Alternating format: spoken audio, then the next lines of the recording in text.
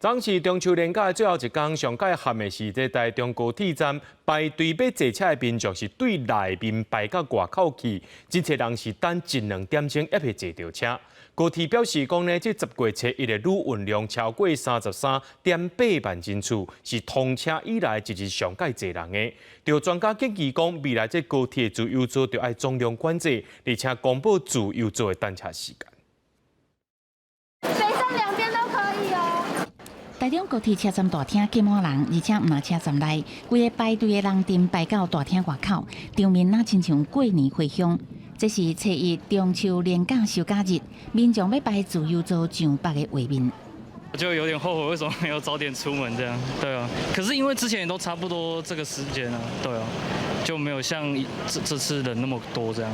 从来没看过那么多人潮，对，特别是以一个外国人来说的话。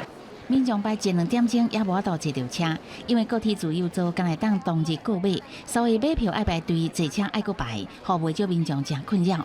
高铁统计，中秋连假时间累计疏运将近101万人，其中初一超过33.8万人，是通车以来单日上济，比2019年的中秋休假日增加2万人以上。 年龄还没有到，没有见老，所以都是要搭自由座这样子。尽可能啦，我们都是想说年纪有了，就是要搭这个对号座。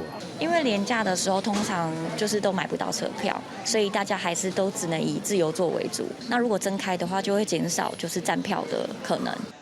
不过，说来国庆连假过来啊，高铁会安怎疏运？有专家建议会当互自由座做总量管制。 可以把目标定为说，我们让要搭乘自由座的这个乘客呢，不超过等候1个小时为目标，这样去做一个总量的管制。如果你要在几点钟要搭乘我们自由座的话呢，可能预估要等候时间有多长？